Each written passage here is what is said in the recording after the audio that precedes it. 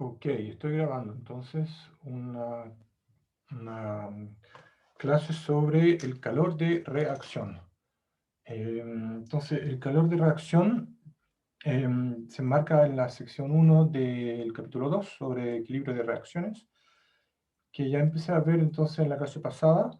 El calor de reacción es la última subsección y en realidad es un ejemplo que complementa la materia para el control de la próxima semana. Entonces, en las clases pasadas vimos ejemplos de reacciones en las cuales yo expandí sobre cada uno de estos ejemplos de extracción atómica, fusión nuclear, reacciones químicas, cambios de fase, etc.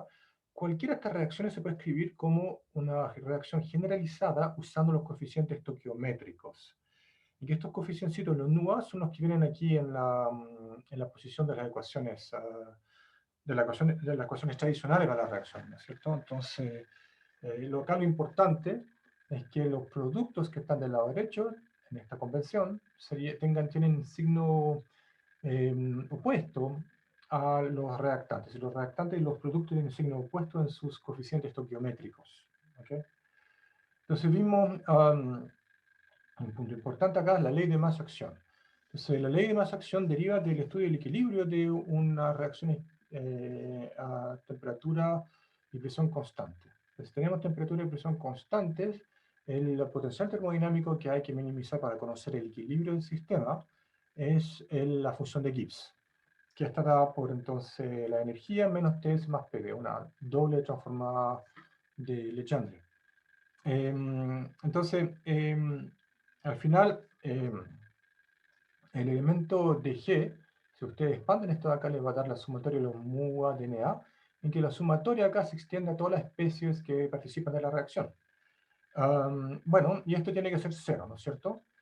Y como estamos ligados a una ecuación de reacción, entonces cada uno de las variaciones de los números de moléculas o átomos de cada una de esas especies tienen que variar en proporción con los coeficientes estoquiométricos. De manera que si yo divido el dG por la variación del número de partículas de la primera especie, entonces el DNA de N1 es en realidad proporcional al NUA. Y el factor de proporcionalidad común se va porque estamos igualando a cero. Entonces llegamos a la ley de masa-acción. Esa ley de masa-acción es muy importante y se usa siempre con el potencial químico. Y importante, la única versión del potencial químico que conocemos nosotros es el del gas ideal. Entonces, en la clase pasada les expliqué que tenían que hacer como tarea el cálculo de la variación de entropía para un gas ideal. Okay, aquí está el resultado en la ecuación 5. Y usando la relación de Gibbs-Duhem y esta otra tarea que está, usando la relación de Gibbs-Duhem y para la última parte la relación de Euler, entonces llegamos entonces a esta expresión para el potencial químico. ¿Okay?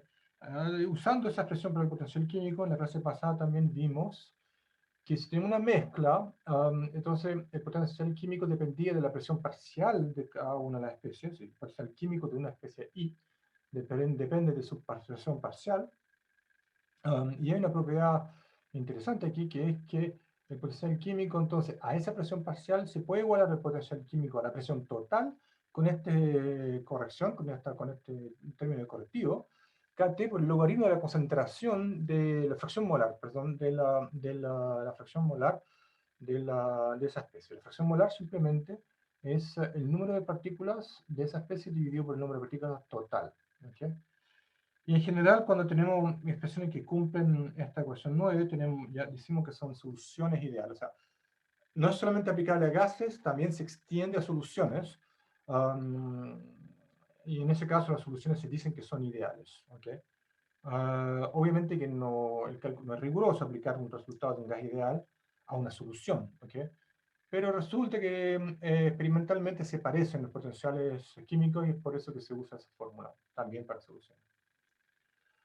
Entonces, podemos reescribir la ley de masa-acción usando esta vez el potencial químico del gas ideal.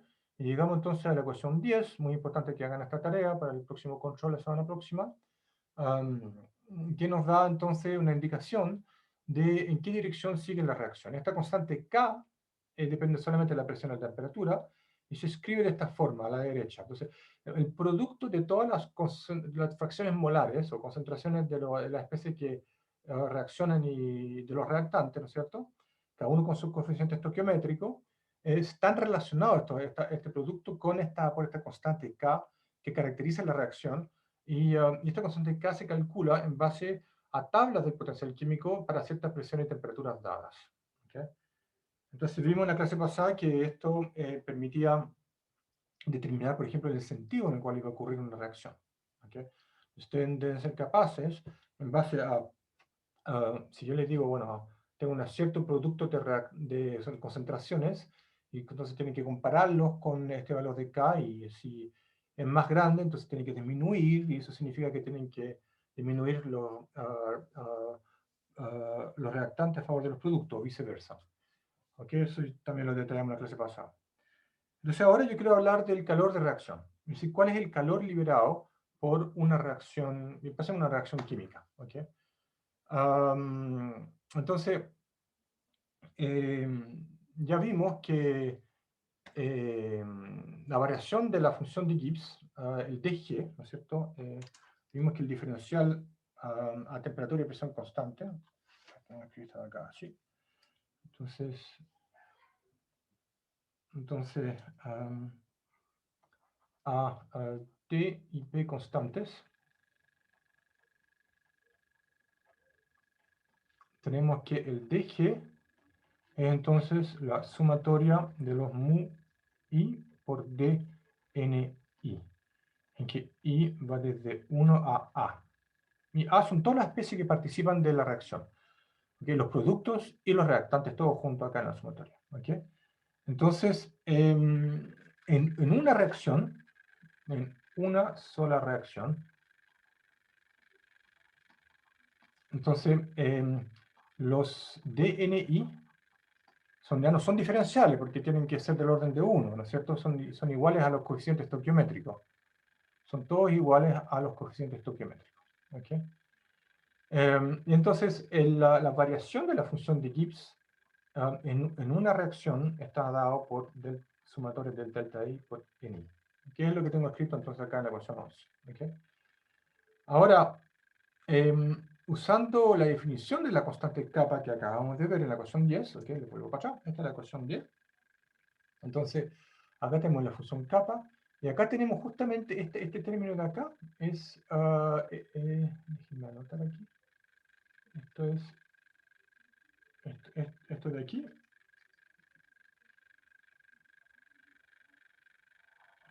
es el delta G.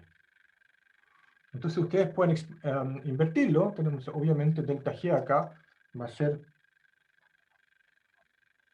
el logaritmo escate por el logaritmo de K. ¿No es cierto? Entonces, delta G escate por el logaritmo de K usando la ecuación 10, ¿okay? Que es, entonces, a ver, apareció un signo menos, ¿de dónde saqué el signo menos acá? Es, tomo el logaritmo,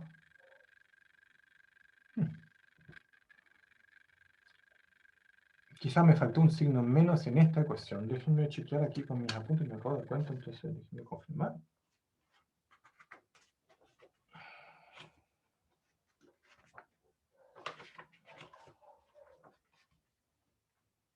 Claro, acá tengo un error tipográfico, aquí lo voy a corregir al tiro, debería haber aquí un signo menos. Acá.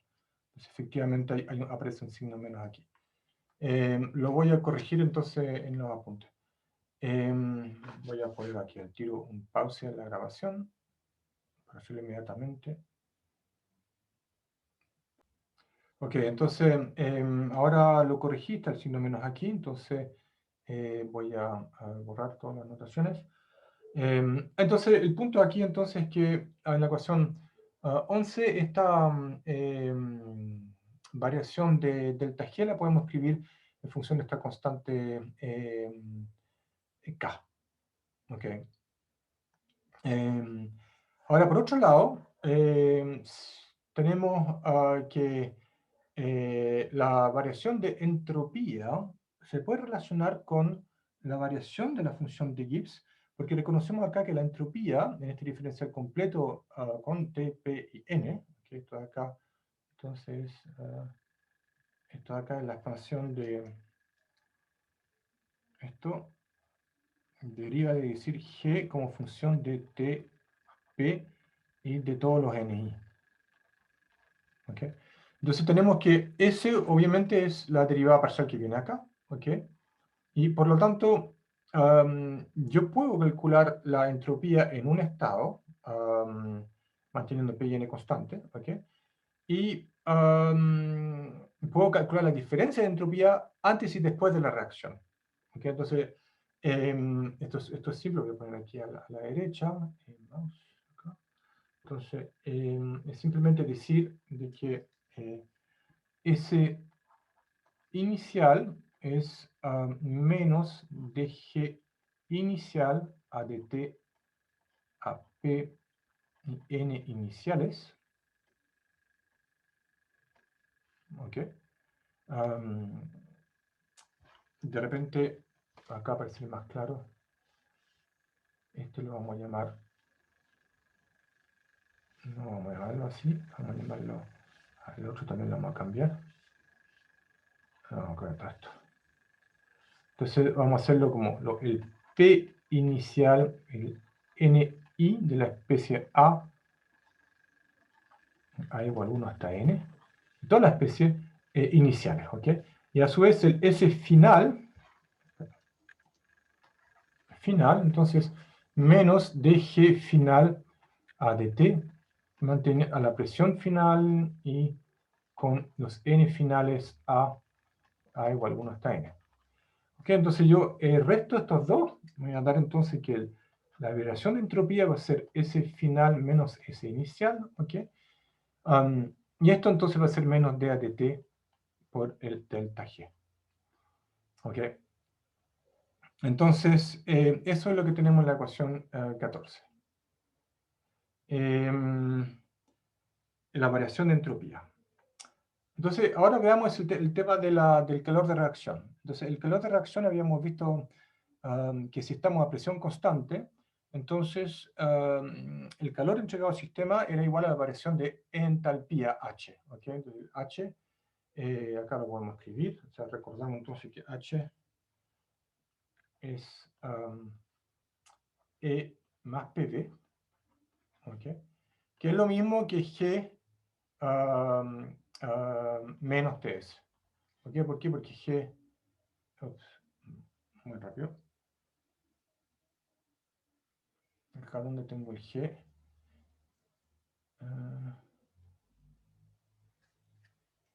Pensé que lo tenía por ahí. ¿A dónde dije el G? Acá está.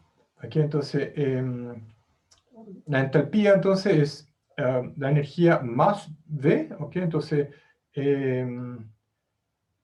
H sería lo mismo que la entalpía. A ver, G, H es E más PV. Entonces yo para tener acá necesito sumar TS. A ver. G aquí, ojo, puede que tenga también otro error tipográfico, déjenme chequear. A ver.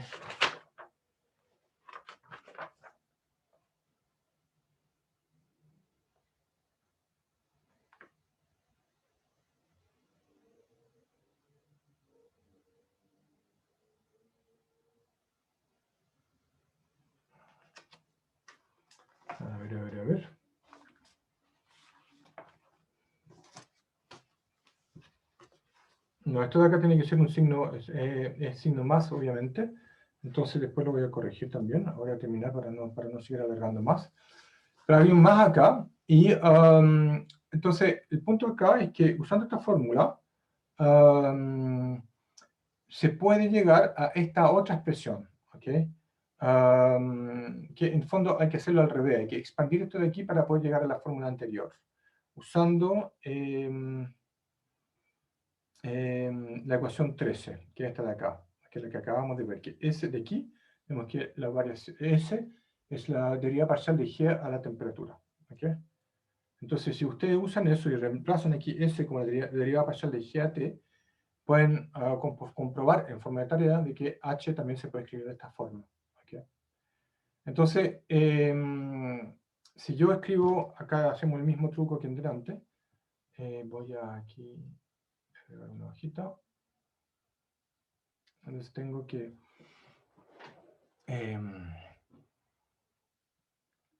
H inicial va a ser entonces menos T cuadrado por D a dt G dividido por T inicial, ¿okay?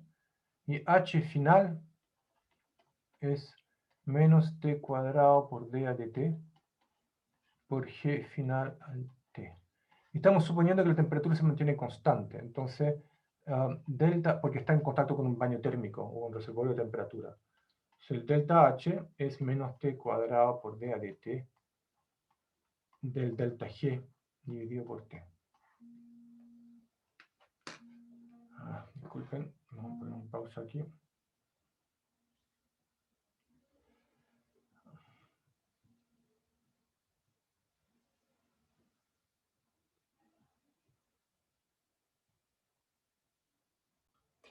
Ok, disculpen la interrupción nuevamente.